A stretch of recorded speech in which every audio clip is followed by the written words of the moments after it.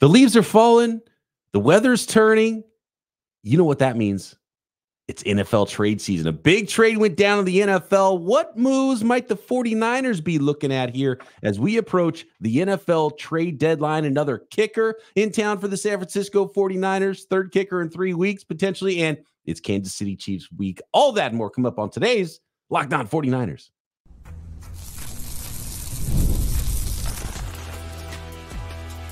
You are Locked On 49ers, your daily San Francisco 49ers podcast. Part of the Locked On Podcast Network, your team every day. Welcome to Locked On 49ers. Brian Peacock and Eric Crocker with you as always at BD Peacock at Crocky209. Thanks everybody for making us your first listen here on the Locked On Podcast Network, your team every day. We love and appreciate all of our everydayers, and welcome to all the new listeners daily here to Locked On 49ers. Make sure you are subscribed up on YouTube or wherever you listen to this podcast. And of course, this is a Wednesday episode. All the everydayers know what that means. It is Winky Wednesday. So let's bring on today's guest. Nicholas Winkler, come on down. Wow. Can't believe it. Wink, what's happening, man? Niners scratching and clawing back to the top of the NFC West, 3-3 now. We got to close the book on Seahawks week so we can get ourselves ready for Chiefs week. As you sit, Wink, here, watching the San Francisco 49ers, as the voice of the fan, as you are sometimes known, my former radio colleague, former Gold Faithful podcast host, our podcast that we had that was the precursor to me jumping on here and doing Locked On 49ers daily. Wink, as the voice of the fan, where are you at with the San Francisco 49ers team? And since it is trade season, and I want to talk a little bit about the Davonte Adams to the Jets trade, is there something you think that could be brewing potentially for the 49ers in the trade market? I mean, there are some areas, right, where the 49ers can improve. I mean, every team right now is probably looking and saying, okay, we need this, we need that, we need this as well. You know, for 49ers is another kicker, right? Because you mentioned another kicker coming in, and just special teams in general, I think are kind of the biggest area of concern right now for this 49ers squad. I just rewatched that Seattle game last night because I was bored, and I was like, let's watch the condensed replay. Nothing like those, man. Condensed replays are so wonderful to watch. Love it. Yeah, so I watched, and even the opening kickoff, they returned it to like the 37-yard line. It's like every time somebody brings a ball out, I'm worried against this 49ers coverage team. I don't know what it is. They need to fix it. Whatever that is, to me, is the problem right now. And the biggest area of concern for me for the 49ers is that. But as a fan, you got to like where they're at, right? You're top the NFC West. You don't like that you got the Chiefs coming in off a bye, and then next week you got Dallas coming in off a bye as well, which is weird how the NFL set that up against the 49ers. Don't love that. But 3-3, you know, Mason came back to practice. That's good. You got a lot of positive things for the 49ers right now, right? Debo's at practice. Kittle's at practice. Trent Williams is looking good. Like, everybody right now for the 49ers, relatively healthy. So as a fan, you got to be optimistic for the rest of the year. Feels good. And I had this conversation with Dalton Wasserman, and if you guys didn't listen to that episode, go check it out, of PFF analyst. And we talk about the 49ers, and they have so many players that are graded so well on PFF's platform. And, for a team that's 3-3, the 49ers are clearly a better than 500 football team, with the talent they have on the roster. And you mentioned special teams. So the 49ers did add another kicker to the practice squad, not to the main roster. So it's just in case if Matthew Wright can't go.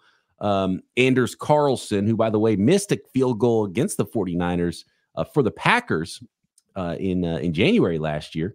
And Anders Carlson has been added to the practice squad for the 49ers. So a little, just in case when you hope you don't have to go to a third kicker in 3 weeks if you're the San Francisco 49ers. And that obviously means that Moody's not looking like he's going to be able to go for the 49ers. But going back to the grades, and you go to the advanced metrics and whatever metrics you use, EPA is kind of a cheat code because Kyle Shanahan's offenses are always so good. And so it's almost like an offensive look rather than an individual player look because, whether it's Garoppolo or Purdy are always like over there by themselves in the graph, and EPA per play when it comes to the San Francisco 49ers and Kyle Shanahan's offense. But, yesterday's podcast, we talked about all the players that have tremendous grades for the 49ers offensively and defensively. And if you go to DVOA, which is another really great stat, and we've talked to the creator of DVOA, numerous times on the Peacock and Williamson NFL show, and he always has such great information.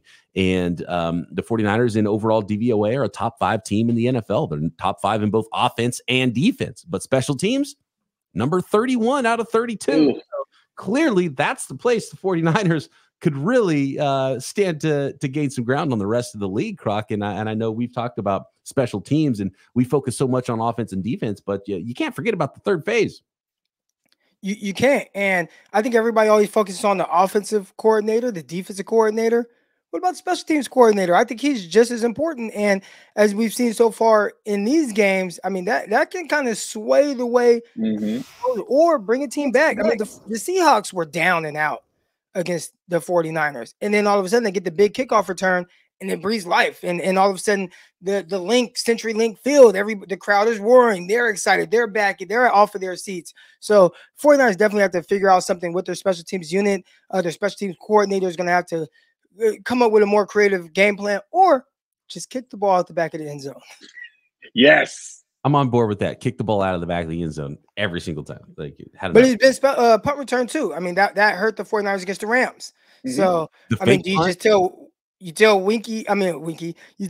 Wish to just punt the ball out the back of the end zone as well? Like, just the coverage units haven't been great. In the past, it was like Raheem Mostert. You just knew he was a great special teams gunner. Osgood, years ago, great special teams gunner. Who's the great special teams gunner for the 49ers right now? They don't have one. Clearly. Yeah, I mean, you have to, and this is what's tough is because we don't go to the film. We don't break down. Like, I don't have a list. I didn't do shadow 49ers drafts for gunners. And return men. And it's like, I don't know. I don't know the answers. That's kind of what's frustrating about special teams. Like, you would think you could be better at this. And this isn't like the first season the 49ers are like, things are a little weird on special teams. One of the only reasons they got by the Packers is because it was the only team in the NFL that had worse special teams than the 49ers a couple of years ago in the playoffs, right? So it's something that they haven't been able to fix. And it's just really strange. And when you're a top 5 team in the NFL offensively and defensively, and your special teams is the worst or second worst in the entire league, again, something's going on there. And so, everyone always wants to fire somebody after every single game. And I'm not calling for anybody's job or anything like that, but let's tighten it up because that's ridiculous. Yeah, I mean, it's not Wishnowsky. We'll do the Winks wish watch real quick. He 4 punts, 3 of them inside the 20. The other was they were backed up. It was like at his own 10, and he kicked it beyond midfield. And there was actually okay coverage on that one as well. So punt coverage was actually okay in this game. And obviously Wright made all his kicks. So it's not the kickers. It's clearly the coverage, and hopefully they can tighten that up, especially for Chiefs week, man. We don't need to give them any extra, advantages in this football game. Absolutely not. Absolutely not for Chiefs week, especially. I want to get a little bit more into the trades. Get some opinions on the Davonte Adams to the Jets trade. Was this the right move for the Jets, for the Raiders, for Davonte Adams? And it is kind of the kickoff of trade season, and that's usually what happens and culminates around Halloween. The 49ers have a week 9 bye, which is a really nice time to maybe add reinforcements if the 49ers wanted to do that. So next, Croc, Wink, I want to get your opinions on what the 49ers might be shopping for at trade season this year come Halloween time. And the 49ers have been active, and that's when Christian McCaffrey came. We had the Emmanuel Sanders trade. So Chase Young, right? So the 49ers are active, man. They're going to do something, I think. And especially for a 3-3 team that needs to go make a run at this thing right now in this Super Bowl window. So let's talk a little bit about that and some more questions about the Chiefs and then the Cowboys after that. And how the heck are the 49ers playing all these teams coming off bye weeks, and a whole lot more coming up on today's Locked On 49ers.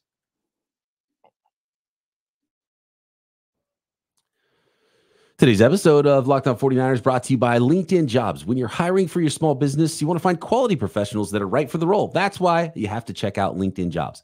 LinkedIn Jobs has the tools to help you find the right professionals for your team faster and for free. LinkedIn isn't just a job board. LinkedIn helps you hire professionals you can't find anywhere else, even those who aren't actively searching for a new job, but might be on LinkedIn and open to the perfect role. In a given month, over 70% of LinkedIn users don't visit other leading job sites. So if you're not looking on LinkedIn, you're looking in the wrong place. And so you should hire professionals like a professional on LinkedIn, because 86% of small businesses get a qualified candidate within 24 hours. So post your job for free at linkedin.com/lockedonnfl. And LinkedIn's always trying to help small businesses and utilize more resources with the lack of time that they have. Wink, you know about this, running a small business. Just go to linkedin.com/lockedonnfl to post your job for free. LinkedIn.com/lockedonnfl. Terms and conditions apply. Well, DFS action this week. You might want to take the less than on Patrick Mahomes passing yards potentially against the San Francisco 49ers defense. Maybe you want to bet on the special teams here, whether it's Anders Carlson or Jake Moody or Matthew Wright kicks, maybe the more than on that for the San Francisco 49ers. And you can win up to 100 times your money on PrizePicks with as little as 4 correct picks. And PrizePicks invented the flex play, which means you can still cash out even if your lineup isn't perfect, and you could double your money even if one of your picks doesn't hit. And what do you do on PrizePicks? All you do is you pick 2 or more player stat projections, and you pick more than or less than on those stat projections on PrizePicks and watch the winnings roll in. So download the app today. Use code LOCKEDONNFL to get $50 instantly after you play your first $5 lineup. That's code LOCKEDONNFL to get $50 instantly after you play your first $5 lineup at PrizePicks. Run your game.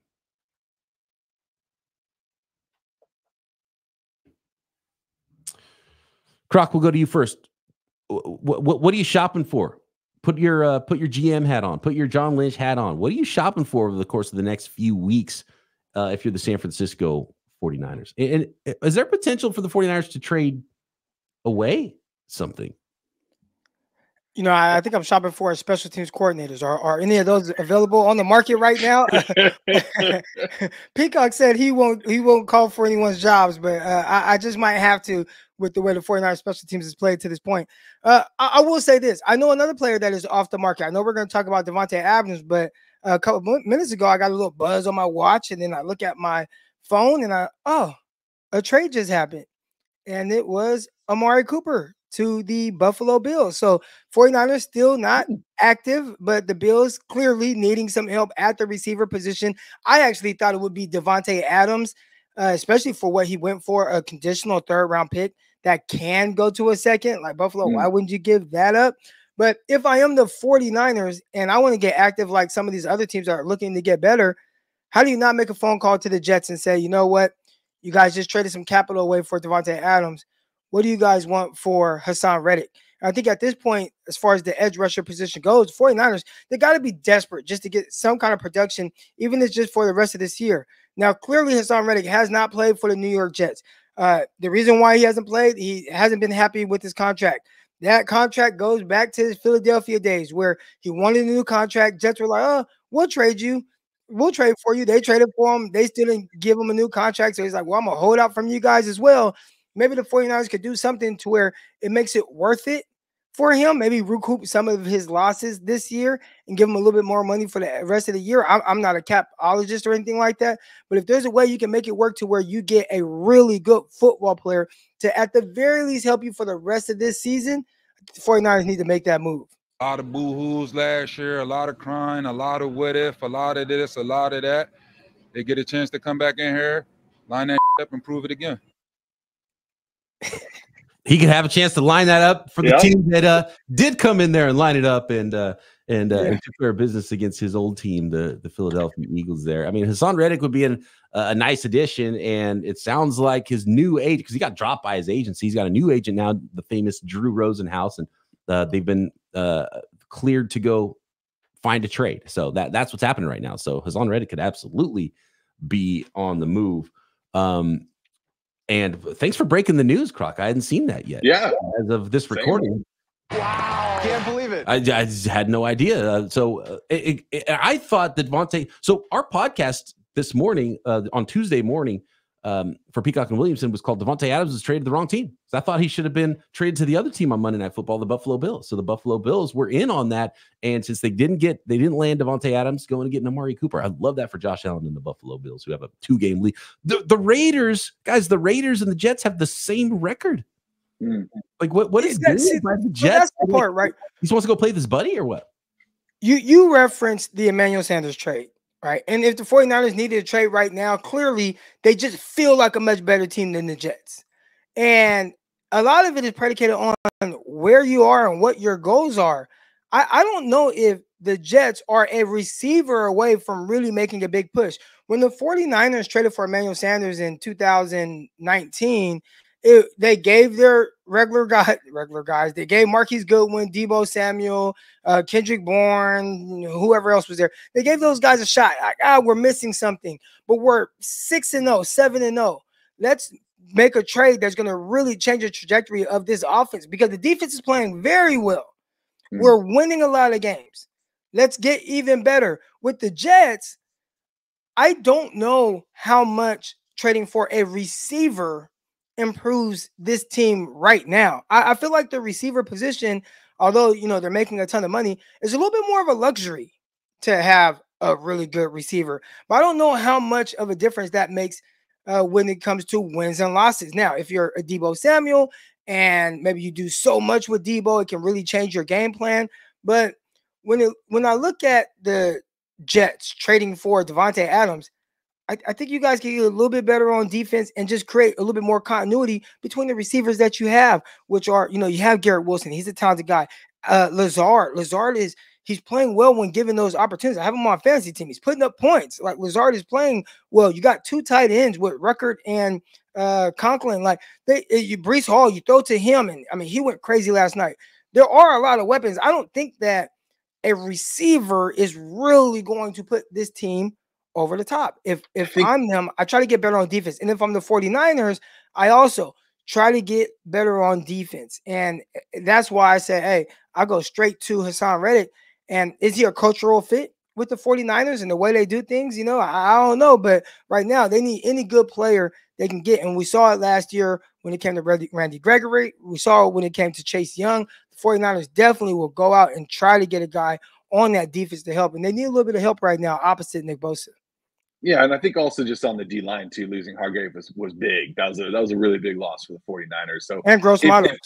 Yeah, 100%. I mean, if there's one area of concern for the 49ers, I do think it's on that D line where they could go out and address that. But let's not forget that the 49ers have some reinforcements coming back, right? I mean, you're talking about Christian McCaffrey, who could possibly be back soon. Ricky Pearsall's practice window just opened up. You got that. He's an exciting young rookie. Dre Greenlaw as well. I mean, these are three guys that are playmakers that when it comes to McCaffrey and Greenlaw, they're two of the best of their position in the NFL. So when these guys come back, that's like a shot in the arm for the 49ers, right? So maybe they just stand pat. Maybe they don't make a move at the trade deadline, save some of those picks, and kind of roll with what you got. But I'm with you. I mean, if you can get Reddick and he's happy and he can come in and play, but if it's a contract thing, I don't think the 49ers have any more money to dish out. They got to pay Brock Purdy next year. Like, I think that the Reddick thing would be amazing, but I don't know if they could afford it. I'm not a capologist either. Just side note, just so everybody knows. Yeah, that's a good point. Like, the 49ers trade deadline this year might just be everyone's healthy after the bye week and you get those guys back. But you could add more on top of that too.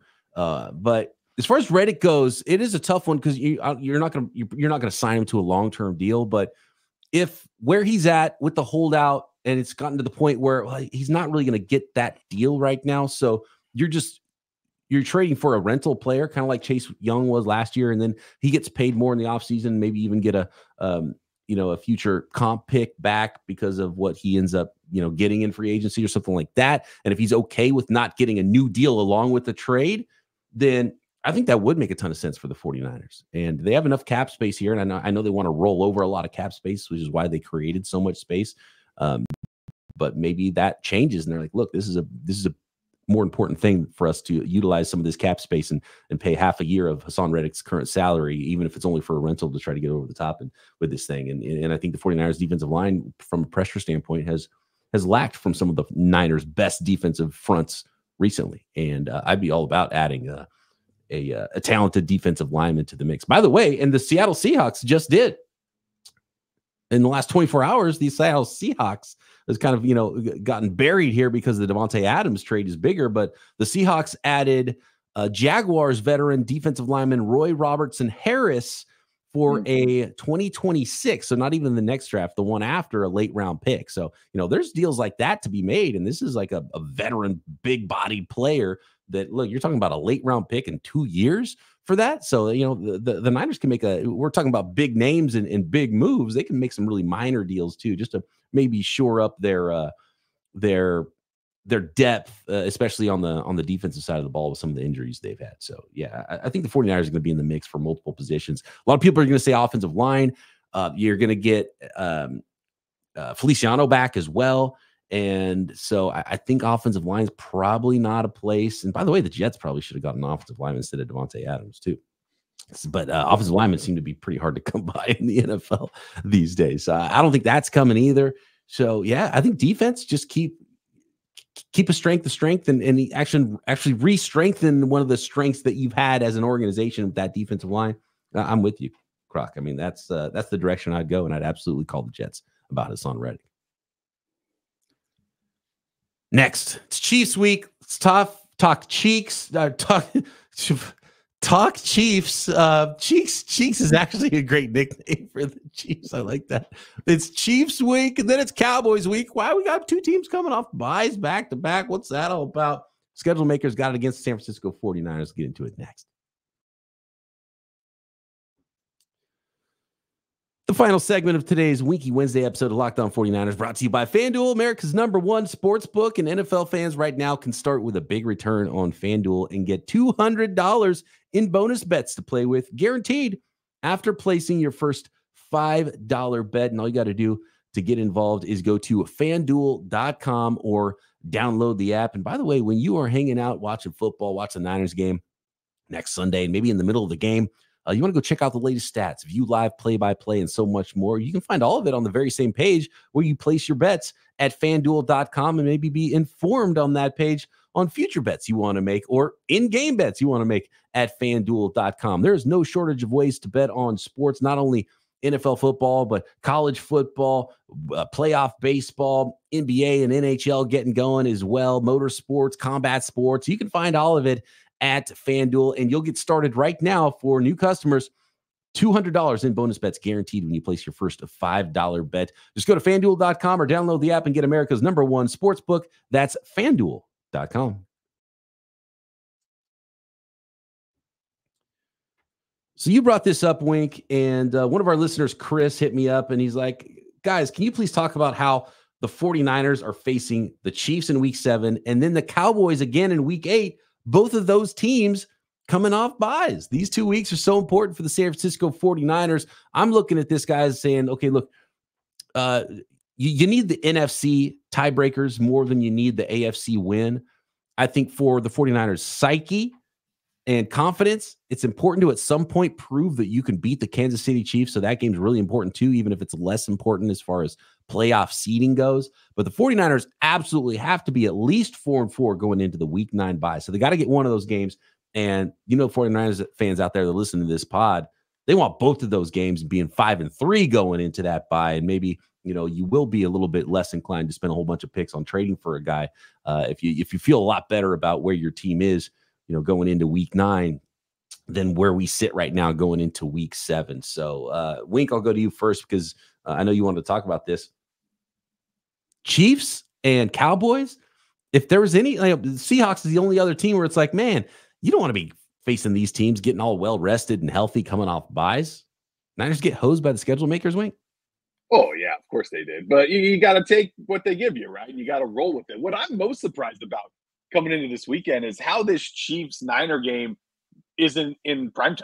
Like, how is this a 1:25 start time? It's the rematch of the Super Bowl, right? And that's a little weird to me. And how are they going to give Kansas City a bye against the 49ers in a Super Bowl rematch? Like, I don't understand it. The Dallas, I'm not worried about it, man. Cowboys are trash. Have you watched them play football? They are so bad. Cowboys are in shambles. Did you hear Jerry Jones on their local radio, which apparently is like state radio, because he's like, I'm going to fire you hosts for asking me this question. And it's like, okay, I guess the Cowboys own that radio station or whatever. And he's like, we're not, you guys aren't doing the right job. We're not supposed to talk about what we're doing as a franchise. And we're like, That is sports radio. That is the number one thing on their list, is to rip the team that's garbage that they're covering, which is the Dallas Cowboys and Jerry Jones' team right now. It doesn't help with some of the injuries that the Dallas Cowboys have. Yeah. So when you think about the Cowboys and having a bye before they play the 49ers, they're probably thinking, whew, this is a much needed bye week because we need Michael Parsons back. I mean, he's the engine to that defense. And against the Detroit Lions, maybe they get their ass kicked regardless, but your best player dang near on your team is sitting on the sideline. Like, that's not ideal for them. But you have a bye week, and then you have a little bit of time before you play the San Francisco 49ers. That's when you think of the schedule and how it could hurt the 49ers. That's one of the reasons why Cowboys being able to get a healthy Michael Parsons back. I think for the 49ers, though, like the one thing that the schedule makers did at least hook them up with was home games for both of these, right? So they at least they don't have to travel and then take on a team that is coming off of a bye 2 weeks in a row. Like, they get to stay at home. They only had to go to Seattle and back, and they have 10 days of rest. So there are some positives that the schedule makers did give the 49ers. Let's not look at it and just say, oh, they got hosed on all fronts. Yeah, the home games and then the bye week after a mini bye too with the Seahawks game. So they got to chill for a month, or get to chill for a month at home, which is good too. And, some teams don't, it's nice to be well rested and get a little bit healthier. So like if you get Micah Parsons back or something, then that's huge for someone like the Cowboys, because their defense is just trash. They can't stop the run at all. You're going to want Jordan Mason or Garendo or Taylor or McCaffrey if he's back. Like, you're going to want any of them, where the Niners starting running back is on your DFS teams against the Dallas Cowboys, because they're really bad there. But teams a lot of times aren't just amazing coming out of their bye week. Sometimes they're actually a little slow, and it's almost like, okay, we got to get back into the swing of things too. So I don't think it's a huge deal. I can see why fans would be like, come on, man, how's this working? But for the 49ers getting to stay at home for a long stretch, I think it all evens out. And look, the 49ers just need to handle their business and play their game, because they should be able to beat the Cowboys easy, because the Cowboys are bad. They're legitimately bad right now. Parsons back, helps them quite a bit, but that's still not enough. They're just not a deep and talented enough football team right now on both sides of the ball.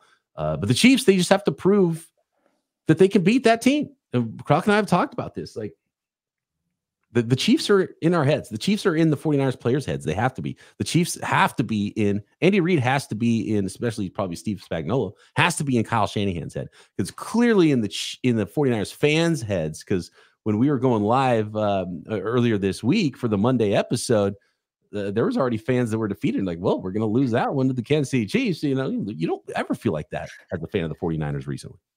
Is there a record or a report on Andy Reid coming off of a bye week? Because I know you talked about sometimes things could be a little sluggish.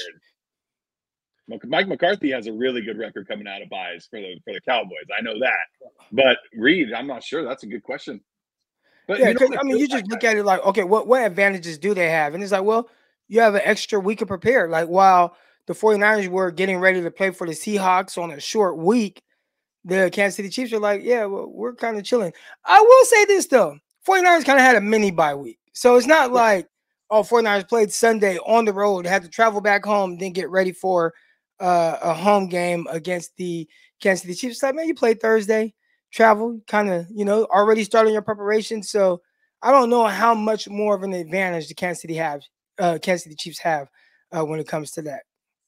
As a 49er Andy fan, Reid, 21-4 record after bye weeks for Coach Andy Reid. That's not good. That's not good for us. That's brutal. What we need, guys, as a 49er fan, let's think back, right? If you're of a certain age, you remember the last Super Bowl victory. Do you remember what happened at the end of that game? Steve Young on the sideline. What did they take off of his back? What were they pulling off?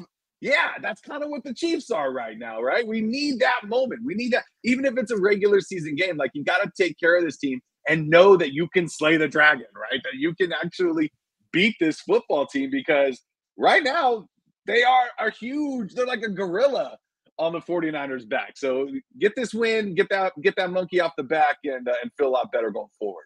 So I already know Croc's answer to this for reasons that you and I probably don't consider as much, Wink. But you only get one. You get to beat the Chiefs or the Cowboys. Yeah, you got to beat the Cowboys. I mean, I'm talking about the monkey on the back, but I mean, we hate the Cowboys. Come on, they're the number one hated team, and like you mentioned, just for playoff seeding, the NFC win means a lot more. But I mean, you want to win them both. Come on. Croc said he'd rather beat the Cowboys in the regular season than the Chiefs in the Super Bowl. I disagree with that, but did I say that? I don't think I said that. You said the Cowboys is the Super Bowl. So the that's Cowboys. Well, we've been waiting since I was 9 years old for the 49ers to win a Super Bowl. So I got to find a Super Bowl somewhere. Yeah. That's and the Super Bowl that I find, I don't even think I was 9. Shoot, 1994. I got to find I was like 7. You know somewhere. what I'm saying? So I was like 7, 8 years old last time 49ers won a Super Bowl. Barely remember anything about it. I'm 37 years old now. I have to find some kind of like, okay, this means a lot to me. You know, oh yes, I get bragging rights for a year, and it's beating the Dallas Cowboys. By the way, at 37 years old, Croc, you're looking good. Your fitness plan that you're on right now, need to get the information because I believe one of our listeners might be helping you out with one of that. So, at Brian Peacock, hit me up with your fitness and nutrition plans because I am in need right now, and then this winter is gonna be big for me. Like, I'm gonna get back into my fighting shape. There we go. By the time the 49ers finally win this Super Bowl, I'm gonna get back to my weight that I was when the 49ers won the Super Bowl last. 94. Yeah, I was like, I don't think that's possible. 120 pounds at that point. I have no idea how much I weighed. But anyway, Wink. Always fun. Thanks for jumping on here in another Winky Wednesday episode. Appreciate all the everydayers and all the new listeners at Locked On 49ers making us your first listen. For your second listen, check out the Peacock and Williamson NFL show right here at Locked On. 200 podcasts. Your team is covered no matter the sport right here on the network. Make sure you subscribe on YouTube and everywhere you get your podcasts. Croc and I back tomorrow. It's crossover time. It's Chiefs week right here. Locked On 49ers. See you. We do ask that you dump your trash on the way out.